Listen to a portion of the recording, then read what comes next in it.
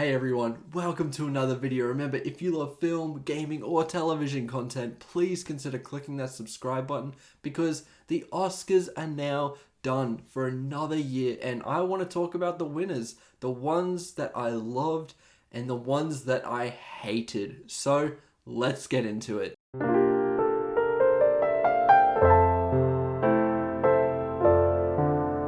Before I get into all the categories that I found important and drew the biggest reactions from me, I think this was a fairly good Oscars. As you may know from my other Oscars videos, I bet on them, and this year was the first year I actually made money, so that was a nice little bonus for me personally. But taking that out of the equation, I like the majority of the winners. As you can see from a previous video I had done, I really was rooting for Everything Everywhere All at Once to win a lot of Oscars, and it did. It won 7 Oscars, which is the most from a Best Picture winner since the 2009 Oscars, I believe, where surprisingly Slumdog Millionaire dominated with 8 Oscars. The next film that won the most Oscars after Everything Everywhere was All Quiet on the Western Front with 4 wins. It was basically the Dune of this year where it won quite a few tech categories as well as international film. Then every other winner just got a couple or one or even none. I think The Whale was the only one that actually won multiple awards apart from the other two with only 2 wins. Then you had Avatar: The Way of Water winning 1, Top Gun: Maverick and Women Talking also getting 1, and of course RRR making history as the first film for India to win an Oscar for the amazing Naatu Naatu. I'm sure that was such an important award and monumental win for the country, and I love seeing that. Now let's get into specifics. There were 2 wins that really annoyed me and left a gaping chasm in my soul because it didn't win, which was Babylon, my film of the year, losing production design to All Quiet on the Western Front. And an even more devastating, and I really can't express that enough, heartbreaking loss in score. To me, Babylon is the best score in maybe the past 5 years or so. We could even go back further. It could be the past 10, 15. It was such an incredible score. And to think that Justin Hurwitz's magical score that actually tells a story within the film through music gets outvoted by a film that basically put music into a film that it didn't belong in at all. I don't understand. No! God, please, no! No!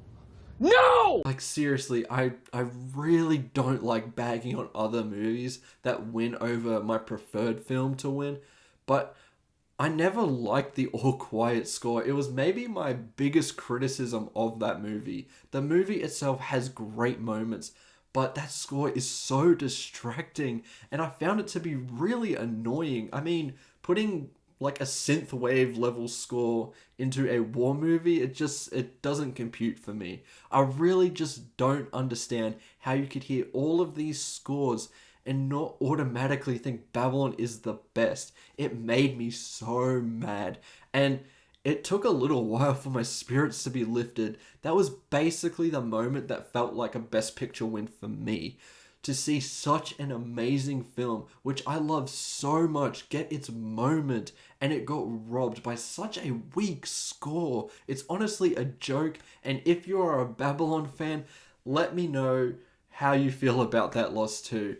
Regardless, it is my Best Picture, and I guess that's what matters to me. Anyway, let's get into the rest of the ceremony. Let's get into all the Everything Everywhere All at Once wins because it won every category it needed to, and when All Quiet on the Western Front lost adapted screenplay to Women Talking, I knew it was over.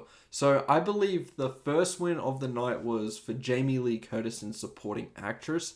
I made money on that win, so I wasn't really as mad as everyone else seems to be, but I do think that it might have been the weakest out of the nominees. She was good. Going back to what I said before, I don't really like to downgrade a win just because it wasn't my favorite, unless I flat out didn't like it in the case of the score scenario. I like Jamie Lee Curtis, but I think Stephanie Hsu was the most deserving winner. Angela Bassett and Kerry Condon were also incredible, and Hong Chow also incredible. I think she won for two reasons. One, she campaigned better than maybe anyone. She really wanted this win, and unfortunately, the Oscars don't make their decisions purely on merit. I think the second reason, even if they don't go down this route too often, especially in the last 5 years or so, I think they took this into account alongside the campaigning, was the fact that this was kind of a legacy win. She's been around for a long time and had so many iconic roles. And I don't even think she's been nominated before. So I think that they took that into account and were like, let's give her the win while we have the chance. Once again, it is a great performance. I'm not knocking it, but those other factors got her over the line in my opinion. The other supporting win went to Ki Hai Kwan, who we all knew was going to happen. I mean, yeah, he lost at BAFTA, but BAFTA kind of did its own thing this year. They kind of went in a bit of a weird route. It doesn't matter. Ki Hai Kwan won, and it was an amazing performance. He was the most deserving. His speech was brilliant, and I don't need to say much more. It was the most deserving win in that category. Michelle Yeoh won Best Actress, which was amazing for me because, yes, I once again got some good money for that win, and it was the one I wanted to win the most out of these nominees. Michelle Yeoh was incredible, and her win was maybe my most favorite moment at the Oscars this year. Her speech was moving, and once again, I think it was the most deserving win.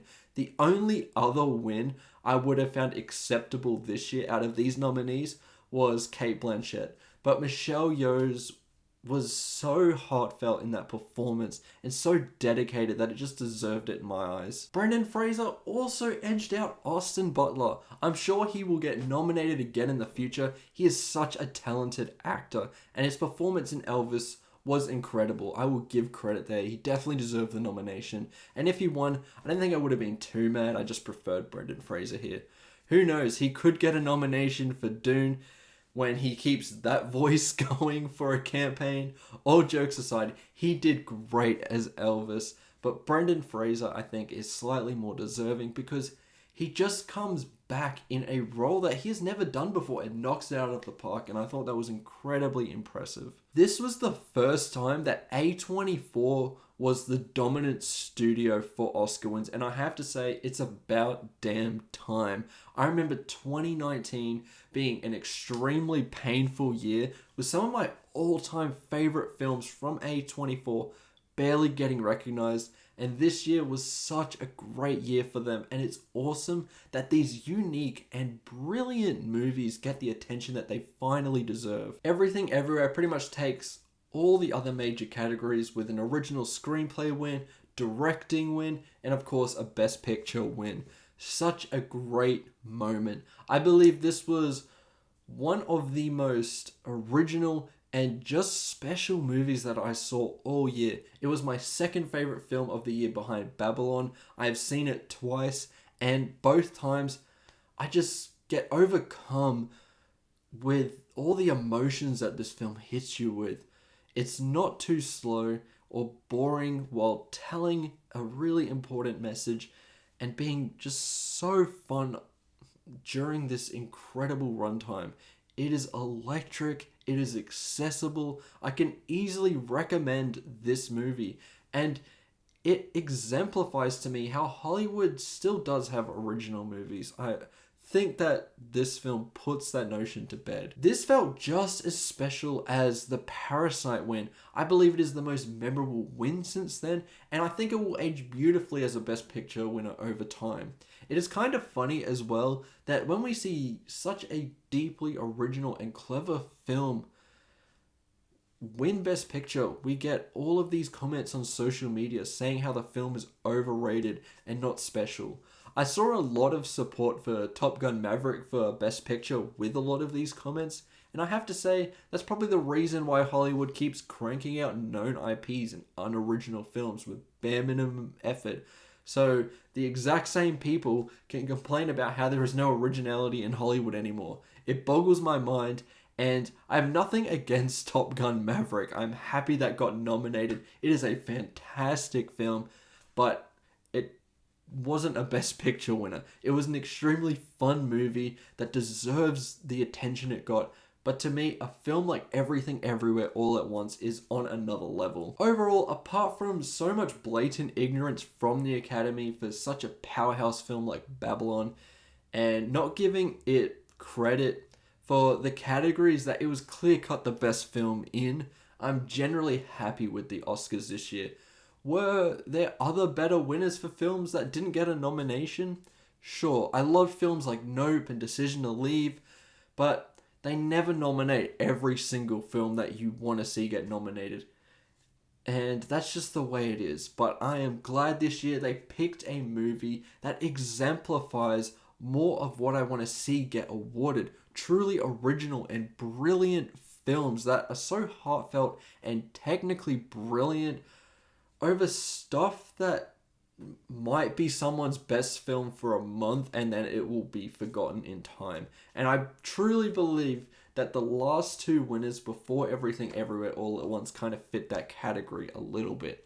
Also, just on a side note about the show overall, I am not a fan of Jimmy Kimmel at all, but he did an okay job this year hosting. The show felt shorter and more to the point, and I was surprised at how early it finished. Normally they kind of just drone on forever. Maybe it was the same length, but it felt like because they were focusing on the movies a lot more and the craft of filmmaking, it was a much more enjoyable show over just lame and corny jokes. Anyway, those are my general thoughts to the Oscars this year. I was going to do something like a live reaction, but I spend a really fun time watching the Oscars with my fiance, and her and I just have a great time just enjoying them.